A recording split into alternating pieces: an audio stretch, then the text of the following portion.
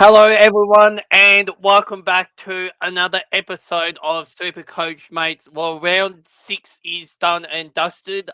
Very happy Collingwood supporter here being on top of the ladder. Unfortunately, I wish my colleague Thomas could share those sentiments as well.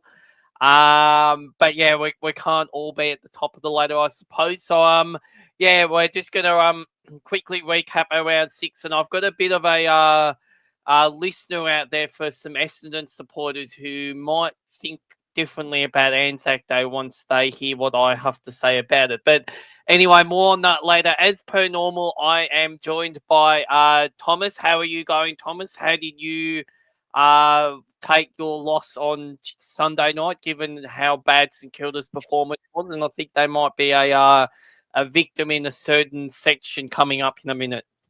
Yeah, not ideal. It was the first game I've seen all year, considering I was overseas for the last couple of weeks.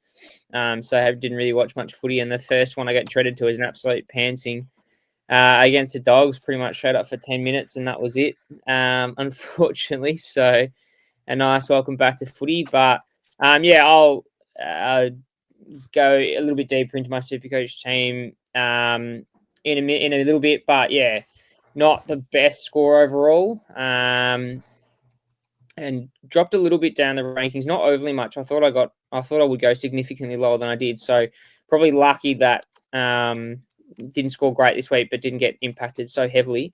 But yeah, as I said, on to better things, obviously, hopefully next week. But moving on to the segment that we had last year, which was Nathan Nags. Now we've decided to push this forward. Do it as a bit more of a recap rather than pushing into the end of the episode as we look into next round rather than doing that. I think we've decided it's better to push it a bit earlier and let Nathan rip into it. But without further ado, I think he's got a couple of teams on the agenda that didn't do too well, obviously, in the last couple of weeks, and more particularly in the most recent round just gone. But what have you got for us, Nathan? Yeah, well, I'm going to start off with my. They seem to be my second friend here, being the Fremantle Football Club. They always seem to end up in this Nath Nags section.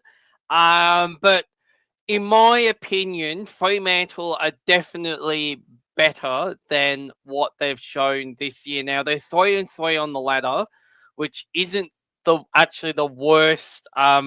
The worst outcome to be. But then you look at who they've actually beaten this year, and they've beaten West Coast, who I think just about every side's going to beat West Coast this year.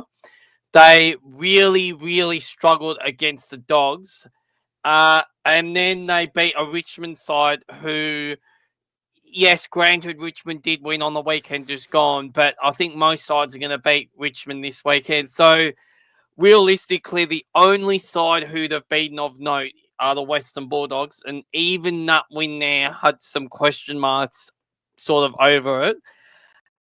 They got smashed by Geelong in Geelong, which was a disaster. They lost to Sydney in Perth, which ordinarily there'd be no shame in that, but the fact that they're actually above Sydney on the ladder, yeah. And then I thought that going into this weekend, I thought that this was probably going to be just about the most obvious tip outside of the Gold Coast Suns, who could easily have also ended up in this nice snag section, but I've decided to spare them because they are 4-1. They're sitting third on the ladder, so I don't really want to go after them too much, given that they're probably not at the level where I expected Fremantle to go to. But to turn up to the MCG and dish up a performance which Justin Longmuir said wasn't up to standard is very concerning, given the fact that it was basically the same comments that he said after round one against Geelong, when he basically said the same thing, that they weren't tough enough and they didn't turn up. Now, as I said, the Geelong game I can give them a cop-out for, because I don't think there's going to be too many sides this year that go down to Geelong and walk away with the points. But against the Melbourne side, who had their backs to the walls, they literally were playing for their coach's career. and to dish up that performance, I think is probably among the worst performances of the year. Unfortunately for Fremantle, they went away from their normal sort of handball game, which had got them sort of back on track a little bit, but for some reason they went away from that. And then to top it off, they lost the turnover game. So going into the round, I think Melbourne were the third worst turnover side, like differential, and Fremantle, I think, were sixth or seventh. And they lost that game it was only by 3 points, but they still lost that turnover game. And then they also lost the clearance game as well, which, as I said, when you come in up against the bottom three side, you just can't be dishing that up. So Fremantle, you are on high watch here, because I think myself and a lot of other people had Fremantle in their top sort of 8, perhaps even top 4, and they are just not playing at the standard. You look at what Collingwood are doing, you look at what Brisbane are doing, you look at what Gold Coast are doing, and they are nowhere near those sides. You look at what Geelong are doing, they are nowhere near what those sides are at. So, Fremantle, you need a lift, and I feel like if Justin Longmuir, Justin Longmuir's comments after that Indigenous game about playing vanilla football, I think might come back to haunt him if Fremantle, don't do well this year. So that was the main one. And the second one, look, I know this is going to hurt Thomas here, but the St Kilda game, I actually tipped St Kilda. I actually thought that they were a massive chance of beating the Western Bulldogs. But to dish up that kind of performance after I think they scored 3 goals with their first 5 inside 50s.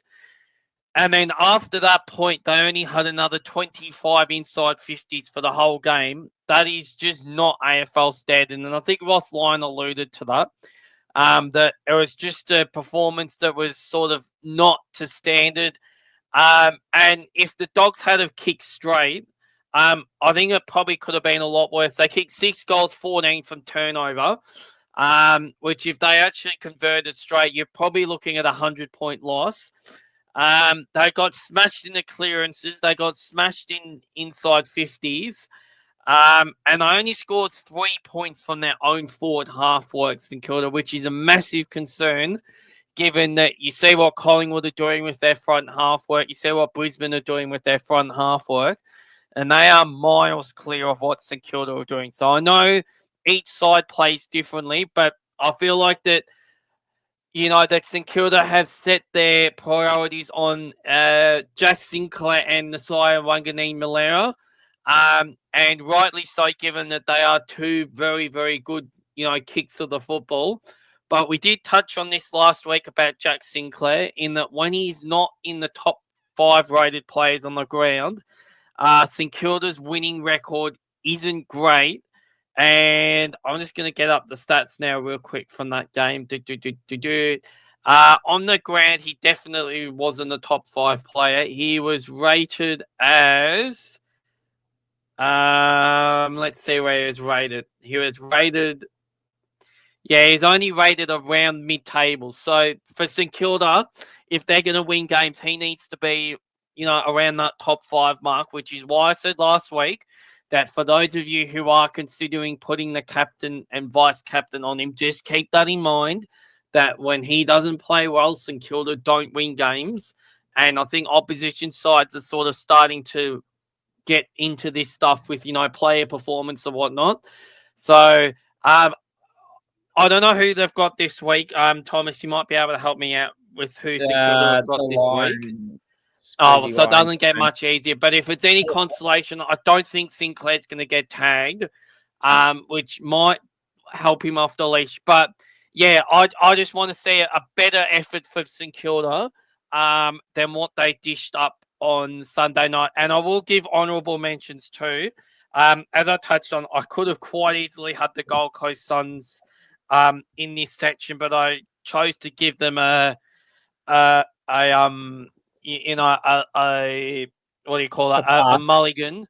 Yeah, I could have had North Melbourne in here as well, but I feel like North Melbourne have been bashed around enough that I don't want to pile in on them. And just one more odd one here. I could have easily had the entire Adelaide versus GWS game in here as a nag as well. That might have been a contender for the worst game of the year so far, or perhaps for the rest of the year going forward. So my main cop this week is Fremantle. You need to be better. If you want to be a premiership contender, you can't be dishing that up against the bottom four side. Yeah, no, 100% agree. I think you spot on Nathan this week.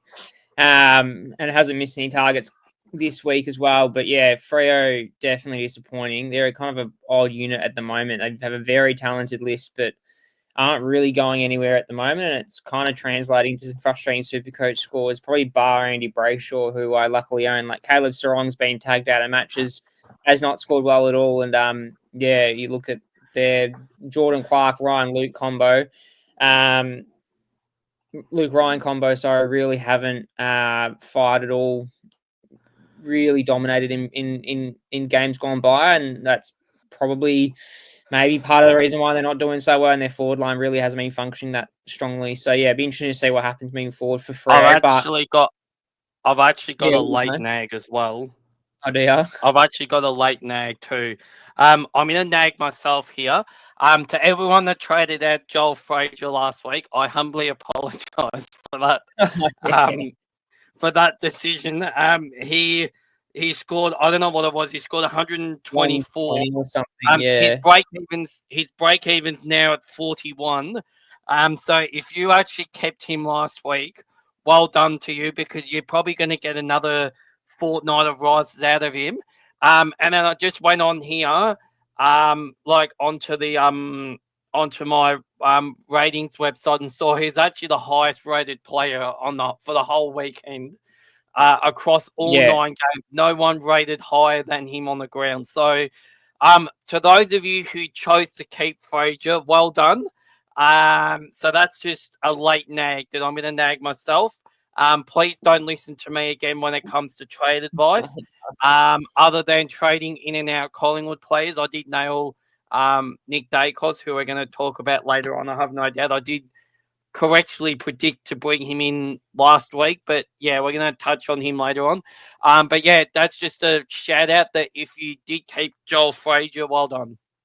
Yeah, I think to be honest, most people would have punted him off a week earlier as well. So yeah, it's definitely frustrating when some of these players pop off, and I wouldn't be surprised the return of Bontempelli definitely helped Frazier in that sense. But pretty much the whole Dogs team scored like crazy in that game. As unfortunate it was for St Kilda supporters like myself, barely any St Kilda player really dominated that game at all, and that kind of correlated to every Dogs player under the sun scoring close to 100. So yeah, hopefully that's not the case for St Kilda next week, but yeah, definitely positive for Dogs supporters moving forward with how Bontempelli did in that game. But yeah, moving forward to my player of the round and kind of how quickly I went this week in Classic. So yeah, Lockie Whitfield for me was a very dominant or an obvious pick for me. Unfortunately, didn't captain him. Wasn't really my calculations. Ended up captaining Andy Brayshaw for his 120, which I guess was a safe 120. Whitfield, 39 disposals, 10 marks, 6 kickouts for 145 SuperCoach points. I brought him in 2 weeks ago. Obviously didn't score too well last week with that kind of 80-odd scoring. But yeah, definitely was a positive this round, scoring 145 and really dominated that back half against the Crows. I don't know how that correlates to opposition defenders against the Crows, but he just seemed to do what he wanted. He played a little bit higher up the field. I don't know if that's, as I say, I haven't watched too much footy in the last month or so, but it seemed like he was just being really aggressive through that half back line. I thought he was, that kind of deep receiver and then pushing out of halfback, but he was being a lot more aggressive, pushing high up the ground, and just got a lot of the ball through the Giants transition. Everything pretty much went through him every time I had the TV on. So yeah, definitely one that saved my round a little bit, because other than that, my team was definitely frustrating. He scored that 21.63, which put me, let me just get my ranking up, just dropped 60 spots down to 2603, so 2,603, which I guess wasn't too bad.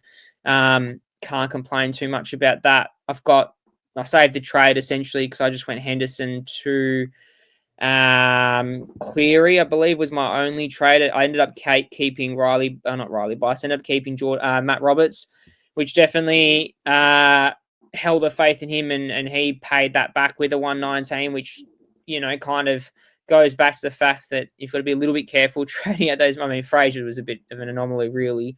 But yeah, trading out the mid prices can sting a little bit, especially when they score so nicely the week that you trade him out. But he definitely rewarded my faith in holding him that 1 week longer. I think half the reason I held him was because I was originally going to get Petrarca in, but then the whole news of Gross and Tom Gross, I think, was the sub for West Coast. So that really didn't help me bringing him in at all. I didn't end up avoiding bringing him in and just brought in Cleary, and even Cleary only scored about a 30, so that didn't really help either. But that allowed me to have some money in the bank, and hopefully that means I can bring in potentially another premium this week with just 2 trades. But yeah, Whitfield saved my ass a little bit, and that was really positive for my team moving forward. But moving onwards, what were you going to say? Yeah, I was completely forgot. What's your third round for your team?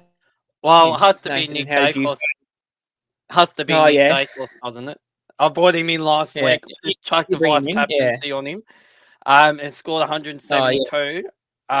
Which we're going to talk about him later on. But I do want to give a shout out, actually. So if it wasn't Nick Dacos, I think the other one who I don't know if many people would still have him, but I held him as Matt Flynn. Scoring 141 as my flex player. His break even now. If you did manage to keep Matt Flynn, his break even's now minus 73, and he's projected to go up $70,000. So if you, like me, have still got Matt Flynn as your flex player, well done to you. Because I think if he can hold his spot in that West Coast side, I think he is going to generate a great deal of money for us. But yeah, that was just my little shout out was to Matt Flynn, who but one of those out of the box performances. I wasn't expecting 141, but I will definitely take that because it meant I lost. Who did I lose? I think I lost Tom Gross's 11. So there you go. Yeah, exactly. And I think a fair few players actually brought in Gross because it was such a late notice with that sub. Well, not late notice, but it basically locked a lot of people out of their trades, unfortunately, which was frustrating. But I guess hopefully moving forward we don't really have any more of those issues. I guess it is frustrating when a lot of players bring in a pretty popular rookie and then all of a sudden he's a sub and you're locked out of your trades, because I would assume a lot of people did similar to what you did, Nathan, and brought in Dacos, and to facilitate Dacos, you bring in a player like Gross and he's a sub pretty quickly, and then all of a sudden you're like, fuck, I've got nowhere to go. So, yeah, definitely frustrating, but hopefully that won't happen again anytime soon. But moving on to, I guess, the main conversation before we move into our kind of main trade-in and trade-outs for round 7. The big dilemma here for a lot of super coaches, and this was pretty much brought up since the completion of this round when these two players had played, Zach Reid and Luke Trainor. So obviously 2 players that I believe, not sure if you have both of them, Nathan, but I definitely have both of them. They were within my D5, D6 alongside Riley Bice, and they were scoring quite nicely. They started pretty slowly, but all of a sudden they turned the table and Reid was scoring hundreds and Trainor was scoring consistent 80s. All of a sudden that's now flipped on its head, and Reid barely saw anything against West Coast and scored a 38, and then Luke Trainor scored a 2. What are your thoughts on, obviously there's super coaches out there that might be struggling with cash generation and being able to get rid of, these rookies when they're right. Pretty much both of these have made close to 150K each. What are your thoughts on who would you be trading out of these two, Nathan? Obviously, you've got Reid, who previous scores before his 38 was quite impressive, 104, 88. Trainor wasn't too far behind, scoring 80 and 82. I believe he scored an 80 before that as well and was even more consistent than Zach Reid. But both, everyone thought, oh, sweet, we can almost rejig our defense and put a premium elsewhere because we can almost rely on these two players to score well. And all of a sudden, within a week, Zach Reid hasn't gone near it and Trainor's the sub. What's your thoughts on these two in particular, and who would you lean towards more so with your trade out? Yeah, well, this is a real sort of tough one here. So, I'll just check now. So Zach Reid's break even's 14. So you'd think he's going to get that, unless he starts as a sub, which is unlikely. Unfortunately for Luke Trainor, I've moved him on this week because his break even is now up at 74. And his average score's 54. So I guess the one sort of conundrum in this is the sentence to Noah Bolter, which for those of you who haven't heard, he copped the 18-month community corrections order. But part of his corrections order is that he's got a 10 p.m. to 6 a.m. curfew for 3 months after sentencing. So what that means is basically he's not going to be able to play the night games or the twilight games, I believe, because he won't get home in time for that 10 p.m. curfew. So what that does for Trainor, I don't exactly know what it's going to do for him. I would suppose it's probably going to help him in some way. But yeah, his previous 3 weeks, so other than that two, he had gone 80, 82 and 90. But before that, he was 24 and 50. So I think with the way Melbourne are going, I don't think Richmond are going to get blown out of the water by this Melbourne side. So realistically, I think if you are going to move one of them on, it's probably going to be Trainor this week just because of that high break even. But I think eventually you're going to move on Zach Reid as well. I personally have moved Trainor on this week for Matthew Carroll, who is a $99,000 Carlton defender. And I've just banked that, 250 odd K that he's made.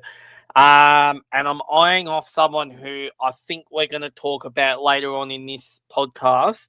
But I just can't. I don't know if I'm going to be able to facilitate it.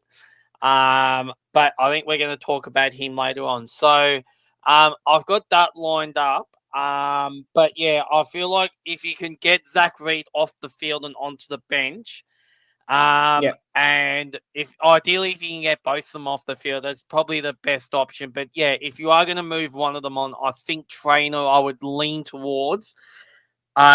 Just purely because of that high break even, whereas Reid's break even's still only 14, so he's probably got a little bit more to make Reid. But yeah, Trainor, I think now's the time to perhaps look at moving him on. Are you in agreement, or are you gonna go against what I've said? No, I think they're pretty much priced identically.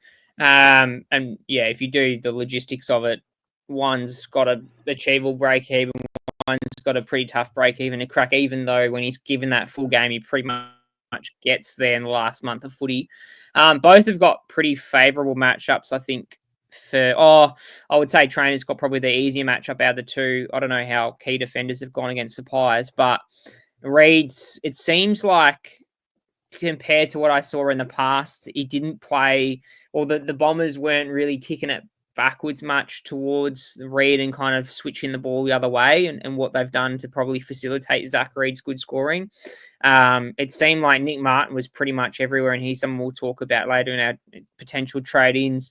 But it seemed like, the likes of Redmond, McGrath, Martin was doing whatever he pleased and just really being aggressive, pushing that ball forward. That could have been because they were losing against West Coast and had to really try and get that scoring back to win that game. And that probably might have meant that, their halfbacks are a lot more aggressive rather than kind of being patient, switching the ball around back, using Zach Reid. They're really aggressive with those halfbacks, and Reid was pretty much playing one-on-one against his brother and seeing more of a lockdown role in that sense, which might have correlated a little bit with his scoring rather than playing off his man and getting that that free footy to flick and switch it across the back line. On the other hand, with Trainor, look, he's got that high break even because of that sub decision. I dare say if he wasn't the sub, we wouldn't have this conversation at all. I think he's pretty much at a price now where you'd be pretty happy getting rid of him. I think with this Bolter situation, it makes it hard to exactly trying to figure out where that impacts Trainor, and that could change on a basis when, because of this Bolter suspension or his curfew, more particularly, how does that impact him when Bolter's in the side, and then when Bolter's let go because when Bolter can't play because of that curfew? How does that impact? I mean, I'm assuming Trainor comes straight back in against Melbourne, but I guess with that elevated break even, I can't see him increasing too much in price because if you go off that last month of footy with that 80, pretty much that 80, whatever it is, 82, 83 average. Makes it a little bit hard to really restart that cash in. It could well happen, but it'd be hard to see that happening exactly too soon. So I think for me and in my trade plans this week, I think I'm in that similar boat to you, Nathan. I think Trainor goes down to Matt Carroll, pending team selection, of course, and I think Zach Reid holds on for at least another week because even though he has a poor score the week after, you can probably punt him off because he'll play pending any injuries or whatnot. But yeah, I think both of us are in agreement with Trainor being out, and he'll probably or definitely pop up in the next slide when it comes to our conversations around the trade outs. And as I've just mentioned there, Trainor leads all headlines with that break at 74. He's got quite a favourable fixture for defenders, I think. These Hawks is a tough game, but then West Coast playing half back role is probably pretty juicy for him. But as we just spoke about with Bolter, makes it hard to see exactly how it will impact his role and where exactly he plays, how it looks like when Bolter plays, and if Trainor plays alongside him, how does that affect the kind of SuperCoach pie with regards to how much scoring he gets sharing alongside other Richmond defenders. The others there, rookies as well, as we said last episode, we're pretty much in this boat now where we probably shouldn't be trading out too many premiums bar injury compared to late last season when we were recording. We're looking more at those juiced up rookies that really can't go any further. Christian Moraes pretty much peaked at that 200k price. I think he's got North, which is a very favourable matchup. So maybe we could wait even one more week and just see if he kind of resets that break even a little bit. I don't know if you've been watching many Port games, Nathan, but I'm not sure if Butters has impacted his role a little bit. Yeah, I think so. Yeah, like when I saw his heat, he was playing earlier. He was playing that more pure wing role, pushing into the midfield a little bit, getting involved close to the footy. And if you look at his most recent heat map against who'd they play against? Sydney. Yeah, against the Swans, he was thrown all over the place. So I'll see if I can bring that heat map whilst Nathan has a bit of a chit chat about his team, his decisions on his thoughts on the trade outs. But yeah, Maxi Hall as well. I've got him my side from day one. I've been actually quite impressed with how he's actually made that much money that quickly. I thought he'd be a very, very slow burn. I think when I picked him, it was pretty much one of those last players that there was no other real enticing options in that forward line. He hasn't disappointed at all. That low score of 30, I think he scored 30 something, 36 or 38. I think pretty much his break even this week. Let me just pop up his score. So yeah, Hall scored 47, sorry. So yeah, his scoring really hurt when St Kilda did poorly. I guess it wasn't an absolute terrible score, but that break even's creeping higher and higher. And I guess if you can get him up to a premium, I don't see why not. That's a bad trade. He's got a tough month ahead of footy impact-wise with his ability to score and get involved. It makes it tough when you're playing tough opposition. In a side which is full of youth, and you've got the Lions, Freo and Blues have all got excellent midfield, so I can see it for him being hard getting involved in that impacting his scoring. Honourable mentions there, Zach Reid and Isaac Kako, two Eston players. We've talked about Reid as well beforehand, but Kako, I think he's got a manageable break-even, tough game against your mob, but I can see it. His money slowly decreasing, or his cash generation slowly decreasing. What are your thoughts there on each of those players, Nathan? And are there any other thoughts that you might have with some other trade outs? Yeah, well, obviously we've touched on Trainor, so I'm not there. Christian Moraes, yes, unfortunately, I think if you still have Christian, it's time to move him on. I think the reintroduction of Zach Butters into that side has hurt him. And I've just gone back through now. So last week he was the second worst player on the ground against Sydney. And then against Hawthorn the week before, he was Port Adelaide's third worst rated player. So yeah, unfortunately for Christian, I think it's time to move him on. Max Hall's the interesting one. So I unfortunately missed out on Max Hall, which I'm sort of kicking myself. I've got Neil Erasmus there at F8 just not playing at all, which is terribly frustrating. And I've got another Saints guy in Hugh Boxshall who's not playing either. But I've been hearing good things about him for Sandy Dragons in the VFL, so I'm hoping that he gets a run soon. But yeah, I feel like if you're going to prioritise them, I definitely think Trainor and Moraes probably have to come out first. Max Hall, I'd be tempted to keep Max Hall for another week. I feel like that 38 break even, yes, I know they're playing against Brisbane, but I still feel like that is quite achievable, that break even.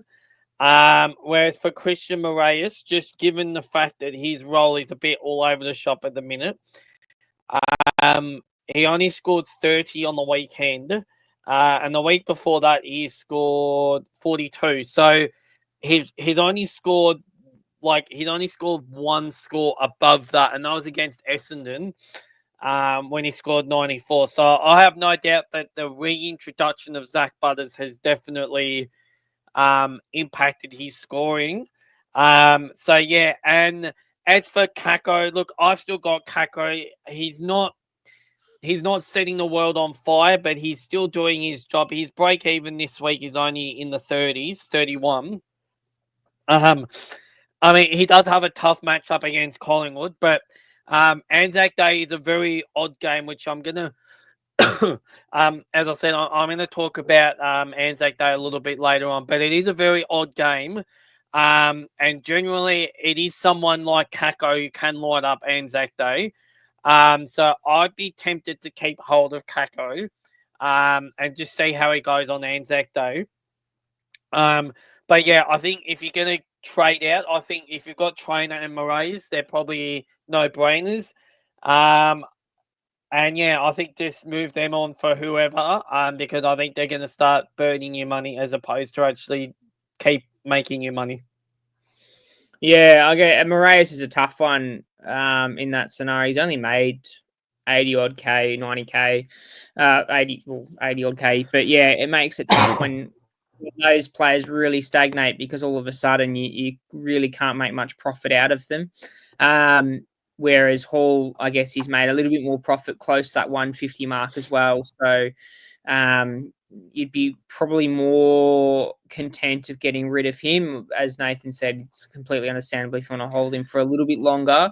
Having said that, from a Saints supporter, those small forwards pushing up higher up the ground like your Dan Butlers and Maxi Hall, if they don't get involved because they're getting slaughtered, that really correlates to their poor scoring. And Hall's one of those ones that I guess differentiates himself a little bit from maybe a deeper small forward like a Jack Higgins, where he probably doesn't have to rely on that many goals to score okay.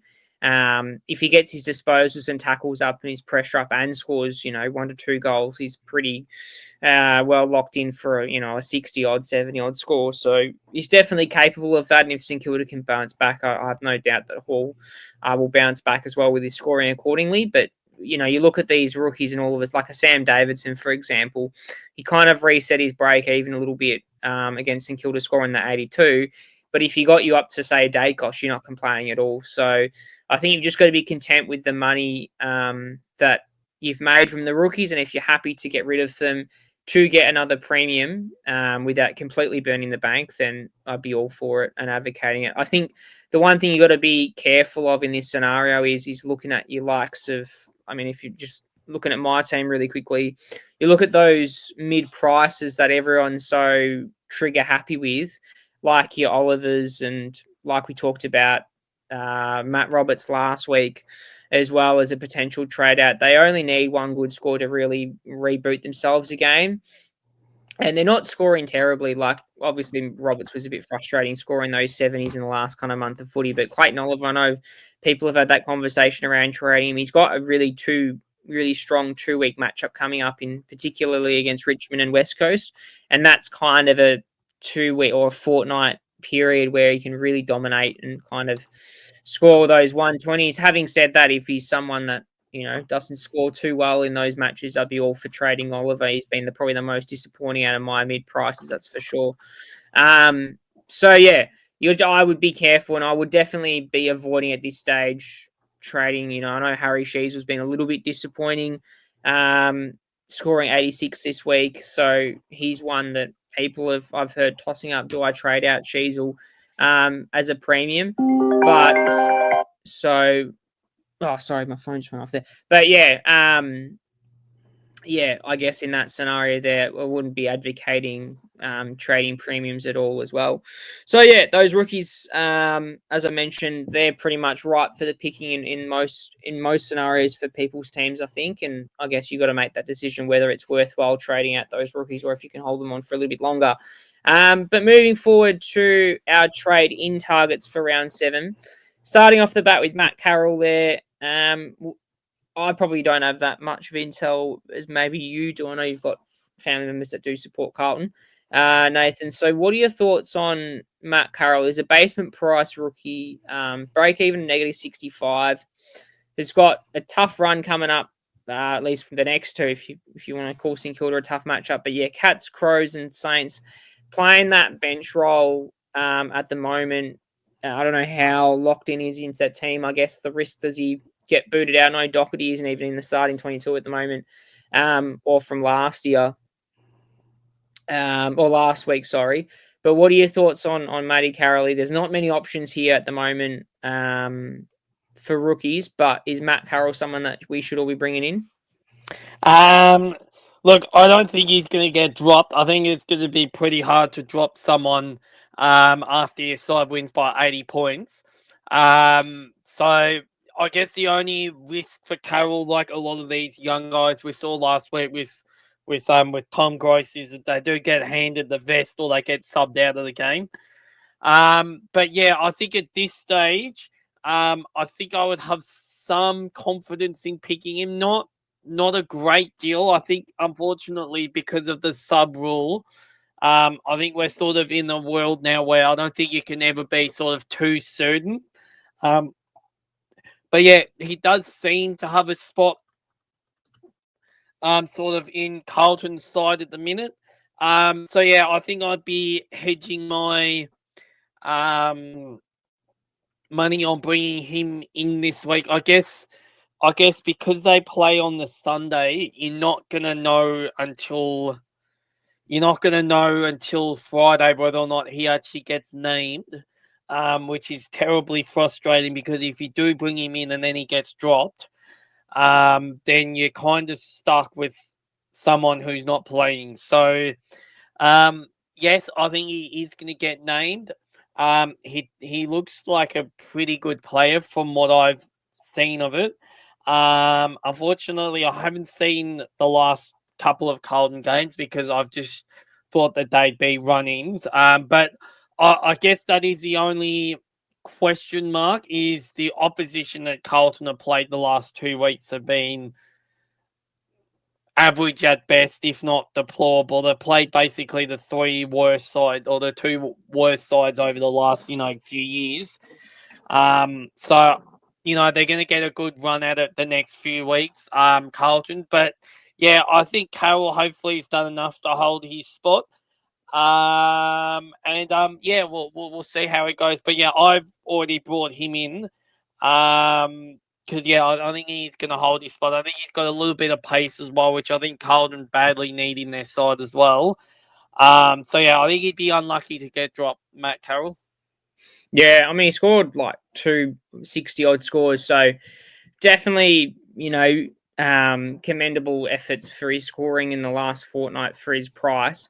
And I guess there's not really many options at all this week. I mean, we did say Gross and Cleary were two standard options last week, and then Gross goes and gets himself a sub, and then all he left is with Cleary. So the rookie options are pretty grim at this stage. I mean, if Gross gets a full game next week, I mean, he's a trade-in option at his reduced price. You got Elijah Sardis there, even at 190 odd K, that hasn't moved at all because he hasn't got a game. So potentially, if he gets a game on Anzac Day, who knows? But yeah, Matthew Carroll's a pretty obvious option, I think, at this point, as long as he doesn't get dropped. But as Nathan said, it makes it tough because on the Sunday, he's playing on the Sunday, so teams get announced on the Thursday. You know, if he makes the cut on the Friday, you know, that's already locked out a few people that potentially want to trade in a D's or Tigers player. So it makes it a little bit difficult. And, you know, potentially those who want to get Dacos in this week makes it challenging again because he might get named, but does he get named sub on the Sunday afternoon? Who knows? So, yeah, but one I think that we're pretty confident with nonetheless. But next off the bat here, someone that Nathan spoke about, obviously quite positively at the start of the episode with him having him in his side for the last couple of weeks is Matty Flynn. Priced at his regular price or his starting price of 261.9k, break even of negative 73. It's an interesting one with Flynn. I'll get Nathan's. I don't know where Nathan's gone in a minute. Hopefully he's back soon. But I'll give my 2 cents worth with regards to Flynn. He's got that break-even negative 73. Looked quite impressive against Essendon. Looked back to his best in some regards. Obviously, he got dropped for that period of time whilst they were trialling out other ruckmen. But Flynn's one that I think the Eagles have to stick with moving forward. They looked a better team with him in there than without, I think. Trialing the likes of Bailey Williams and whatnot, I don't think it's going to work moving forward. Compared to someone like Flynn, who's a bit more of an accomplished ruck. But I guess the tough one is like for an owner like myself who had him at the start of the season then dumped him, is it worth bringing him back in? Potentially, I would say yes if you can afford it, because he's definitely going to make money. Look at that negative 73 break even. He's going to make a stack of cash immediately. And then if you can continue that form where he's scoring your 90s to 100s on a more consistent basis as that sole ruck for the Eagles, then I don't see why not. He's a solid option. He can be put in your flex position as Nathan has him currently, and that makes it a positive trading option. What are your thoughts on Flynn? Is he someone that you can pretty much confidently bring him in? Or is there some, you know, he played Essendon, who obviously had Draper as sole ruck, but then when Draper went down, I know he scored a bulk of points there when they had no ruckman. I think they had Zach Reid in there pretty much competing as Essendon's sole ruck. But the next three, you've got three recognisable, you know, key rucks in Meek, then Max Gawn, then Toby Nankervis. Is there any way that either Flynn doesn't score nowhere near as well as that one? Obviously, we can't expect 141 or any, you know, on consecutive weeks, but does he score sub-80s against those ruckmen, or is there a world where they bring in a duo ruck to really come back those ruckmen? What are your thoughts on Flynn moving forward? Look, I just think that West Coast are that sort of rock bottom at the minute that I think they just got to keep playing Flynn. So yeah, I'll be backing him in. In terms of bringing him in, I think if you started with him and you punted him, I wouldn't be doing it because you're basically just burning two trades there. But if you're like me and you've kept him, or you didn't start with him, I think he's the ideal flex player because he is someone who can score. You know, I'm not expecting 141 every week, but you know, he's probably going to be enough that he can sort of comfortably score in your best 22. Which means that if you do have a sub-affected score, you know, like Gross last week, or you know, Fino Sullivan, who, you know, just couldn't get near it, it sort of covers them. So I guess it's over to Mini now to see what he does do. I'm just not sure who West Coast's other ruckman is. Who've they been rucking with other than? I believe it was when he wasn't playing. Let me just bring it up here. Who've they been? Is it? They had Bailey Williams is there. Yeah, Bailey Williams has been around for a little bit. Basically as that number one ruck, whilst Flynn wasn't there. So at least for the last 2 to 3, I think. Yeah. So Bailey Williams is their main ruck. I just think that they need Flynn in there, because I think he's I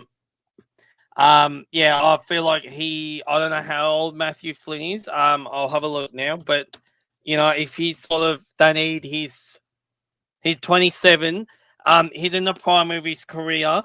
I just think that they need some experience in that lineup still, West Coast. So to have a bit of an experienced big man in there, I feel like will massively help that midfield group. So I think Flynn's here to stay. It's just a question of whether or not they go with the 2 ruckmen against those big 3 ones. I kind of hope they don't, because it will definitely eat into Flynn's scores. But as I said, I feel like if you're gonna pick him up, unless you've already had him, this is definitely the week to get him in. But I think I'd only be doing it if you can pick him up as your flex player. I wouldn't be trading out, like a DeConning or a Cherry or someone like that to get him in. But if your flex player is, basically anyone other than, a rookie that's performing well, like Levi Ashcroft or a premium, like if it's someone who you're not sure about, I think Flynn comes in and is the ideal guy, because I don't think, as I say, West Coast or a rock bottom, they need all the experience they can get. So I feel like Flynn is safe as houses, but I wouldn't be expecting 141 every week. Yeah, I think he can easily score that 90 to 110 range on a consistent enough base if he gets a fair crack at it. But moving quickly forward, I know this episode's lengthening again and we want to get through the last couple little segments, so we'll keep this one brief because we've got a few premiums that I guess you either can afford them or you can't. We got Dacos here again. My question to you is this pretty much the last week that you can get him, and can you afford to not get him at all? Because prior to those big scores, we weren't really talking about him at all, and we always knew Dacos was going to warm up at some point in the season. And we talked about this last week where the likes of, Degoe played more forward against the Lions, but, the likes of Ned Long coming along and, playing in the midfield full-time now and really probably helping Dacos' outside game. And I guess the other part of this question is, what are your thoughts on, or the other part, of this trading is what are your thoughts on Butters and someone like a Nick Martin, the forward line, as players with lowish ownership and Butters especially who missed the first bit of the season and has really got into some really solid form scoring, those scores above 120 in the last fortnight. Yeah, well, I'll say it here now. I'm crossing my fingers and praying that Ned Long doesn't go down injured, because he has single-handedly transformed Nick Dacos and turned him back into 2023 Nick Dacos. So if you're tossing up between Nick Dacos and Zach Butters, unfortunately for Butters, he hasn't dropped in value. In fact, he's actually gone up 10K on his starting price from those 3 games. So he is flying. As for Nick Dacos, yes, I think you do need him. Yes, I know it's going to be a pain fighting $608,000 to get him in. But if you've watched Collingwood the last 2 weeks, he got tagged by Jordan and basically did nothing. And then the first half of that Brisbane game, he was just everywhere. Second half was a little bit quieter, but Essendon don't have a designated tagger. And last year on ANZAC Day, he was by far and away the highest rated player on the ground. So, yes, you do need to bring Nick Dacos in, because as long as Ned Long stays in the form that he's in, There is absolutely no reason why Nick Dacos can't keep his form up from the last 2 weeks. But I guess the problem is, finding the 608K. And to answer the question, yes, this is the last week that you probably realistically can bring him in. Because even with the score of 121, which is around about his average, he's going to go up $29,600, which will price him at around about 640,000. So, I think it was the right decision to wait on Nick until after the based on that opening round game when he only scored the sort of the 66. I think it was the right decision to hold off on starting him in your round one sides. But I think from what sort of the commentary was, a lot of people were waiting for his bye, which he's now had the bye. He's got himself going again. So I think this is a time for Nick Dacos. Zach Butters, if you want a bit of point of difference, got no issues with Zach Butters. And Nick Martin's the interesting one. So if you're bringing in Nick Martin, I would definitely be bringing him into the forward line. Yeah. I think there's enough defensive options this year that are sort of showing themselves to be, you've got Sinclair. I know he didn't have a bit of a, I know he had a bit of a down week, but then again, all the secure players did. You've got Max Holmes. If Harry Sheezel can actually fix his impact with ball in hand, he will bounce back again. He's actually Harry Sheezel. I was going to touch on him just real quick. So Harry Sheezel's actually the second, had the second biggest fall of any player across the competition from last year, and it's because of what he's doing with ball in hand. So if he can get that back, I can see those scores trending back in the right direction for Harry Sheezel. But in terms of the forward line, you've only really got Jack Macrae that's standing out as a sort of a pick-me player, which I think most people would already have Jack Macrae anyway, given his price. But if you throw Nick Martin down into that forward line as well, he does like playing against Collingwood. He is a big game player, Nick Martin. His break-even 62. So, yeah, this is probably the week to bring in Nick Martin as well. The other one I want to touch on, I'm not sure if you've got another slide on this. Have you got another slide on Zach Merritt? For captaincy options, yeah. Okay. I'll talk about Zach Merritt. I'll talk about Zach Merritt in a second. But if you can bring in Zach Merritt this week, I would absolutely be bringing Zach Merritt this week. Just given his recent record against Collingwood is very, very good. Yeah, 100% agree. I think the other player you could potentially, and I'm thinking quite heavily in bringing this one in, is Christian Petrarca. Wouldn't be surprised that the Demons have kind of slowly started to shift their season into a positive direction, and I think Petrarca, he had quite high CBA numbers, I think, on the weekend, and you can see how damaging he can be, and against Richmond and West Coast, that's two really juicy options which you can really explode into, and I think really rejig his or regenerate his season. Having said that, his scoring is still pretty plausible for a forward eligible player this season. If it was midfield only, I'd be probably steering away. But as a forward option, it's definitely quite an enticing offer when you've got the Tigers and the Eagles to come up with. But yeah, moving forward into our kind of top candidates for the VC and Cs for this round, I've got Dacos and Merritt. This is probably a tough round, actually, if you don't have either of them, because there's not many other options that I could see that were hugely enticing. Dacos and Merritt, I think, go head-to-head in this one. Dacos, I don't think, scored as well as he did on the ANZAC day when I was looking at last year's scoring. In the actual, replica of the fixture in 2024 in ANZAC Day, I think he scored about 128 or something, close to 130. Dacos didn't score nowhere near as well in the previous encounter for the most recent encounter in round 17. As Nathan's going to talk about with regards to Merritt, Merritt went berserk in the previous encounter against Sapphire, scoring 145. And then Butters, I think, is one that I think if you potentially do bring him in, or for whatever reason own him, I could see him going quite berserk against North with how poor they've gone.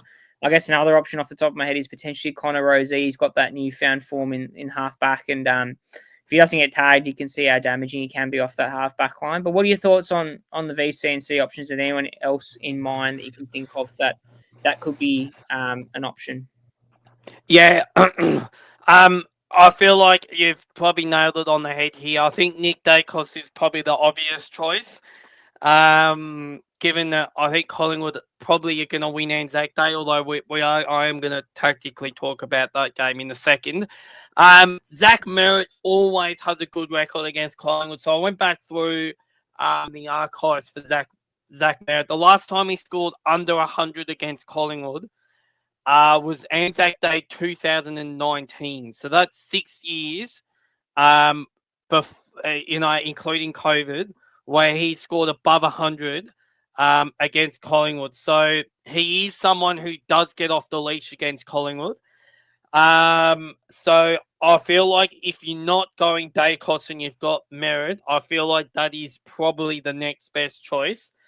Zach Butters, yes, I feel like he could, rip that North Melbourne game apart by himself. But just having a quick look here at the fixture, I do kind of agree with you. There isn't really a lot of players that are sort of, saying pick me this week to be the captain or the vice captain. The only one I might give a bit of perhaps credit to is Andy Brayshaw against Adelaide. I feel like Dawson's going to go to Caleb Sarong, which we touched on Sarong last week about like him with Jack Sinclair. When he doesn't perform well, then Fremantle don't win games. And he was basically tagged out of the game by Jack Viney, and Fremantle didn't win. So I think Adelaide would be crazy not to send someone to Caleb Sarong. So I think that means Andy Brayshaw will get off the leash. Other than that, I don't think there's really anyone who's standing out as being an obvious one. If you've got Max Gawn, I perhaps might consider him. But yeah, otherwise, I feel like it's probably just going to be those three who you've mentioned there. Because, yeah, I don't think there's anyone else that's really standing out. Yeah, I think just off the top of my head here, just looking at the fixture as well, bar the ones we've mentioned, potentially you could maybe go as a safe option with Jack Sinclair.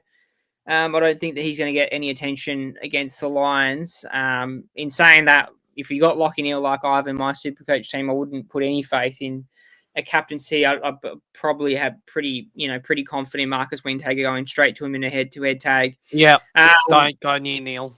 Yeah, I would strongly advise against that. If I can entertain a left field option here, Jai Newcomb against West Coast. If you've got Jai Newcomb, keep your eye on him. I think he's going to get a lot of ball given how badly West Coast are going. Yeah. He might not have scored well. He might be a bit up and down, but on the weekend he scored 134. And I feel like with Will Day being out of that side now long term, and now Connor Nash being out as well for a to be determined time, as of the recording of this podcast. I feel like that option could be a bit of a left field one if you have got Jai Newcomb there to perhaps consider putting the captaincy on him. Yeah, he's definitely a left field option if you got him as a pod. We all know how well he did to the back end of the season when Day wasn't there either. And Day's out for a little while with that injury, 3 to 4 months timeline. So Newcomb's got that midfield to himself, and he did score quite nice against the Cats as well. The other one that's just sprung to mind before we leave the episode with Nath's stats that matter is Tom De Koning. I think if he gets named as a sole ruck against the Cats, who really don't have a strong ruck line with, you got Reece Stanley and his brother Sam De Koning. They could pit Sam De Koning against Tom De Koning again, and Tom did quite nicely in that ruck matchup anyway. I could see him doing quite well there. So I think that could be maybe a safe fullback option that's going to score relatively well if Pitney doesn't get named. But yeah, definitely a tougher tougher than usual vice captain and captaincy options for round 7. But before we wrap it up, as we all know, we've got a very important and enticing matchup coming on Friday afternoon on public holiday, ANZAC Day, not the inaugural, the annual Essendon Collingwood fixture. And Nathan, what are your thoughts before we wrap it up? You've got a bit of a start there that could entice some tipsters as well to be looking at potentially an Essendon win if they can get this part of their game right. Yeah, well, I just want to talk about this game tactically for a minute because obviously it is the marquee home and away game of the year. I think it's the home and away game that everyone, wants to play in. But I think most people think Collingwood are just going to walk over the top of Essendon here, and most people would say that you're probably going to be right. But there is one way that Essendon can win this game on ANZAC Day. I think there's only one way, and that is that. So I just want to quickly remind our listeners out there that the turnover game v the stoppage game, so roughly 60% of your score comes from turnover, and most of the remaining 40% comes from stoppage scores. So every year, so every game since ANZAC Day 2021, Collingwood has won the turnover game against Essendon. So even in that round 17 game last year, which Essendon won, Collingwood still won the turnover game. They only won it by a point, but they still won the turnover game. But I want to take you back to ANZAC Day last year, and this is where I think Essendon can get Collingwood if these stats sort of marry up. So Essendon won the stoppage game in both the games in 2024, and they won it quite convincingly. The second game later on in the year, they won by 20 points, which doesn't sound like a lot, but when you win the game by 12 points and you only lose the turnover game by 1 point, it does make all the difference in the world. But I want to take you back to ANZAC Day last year. So ANZAC Day last year, Essendon won the clearance count 40-23, including 19-8 out of the centre bounce. So which means that if you work out the rest, it was 21-15 just from, general stoppages around the ground.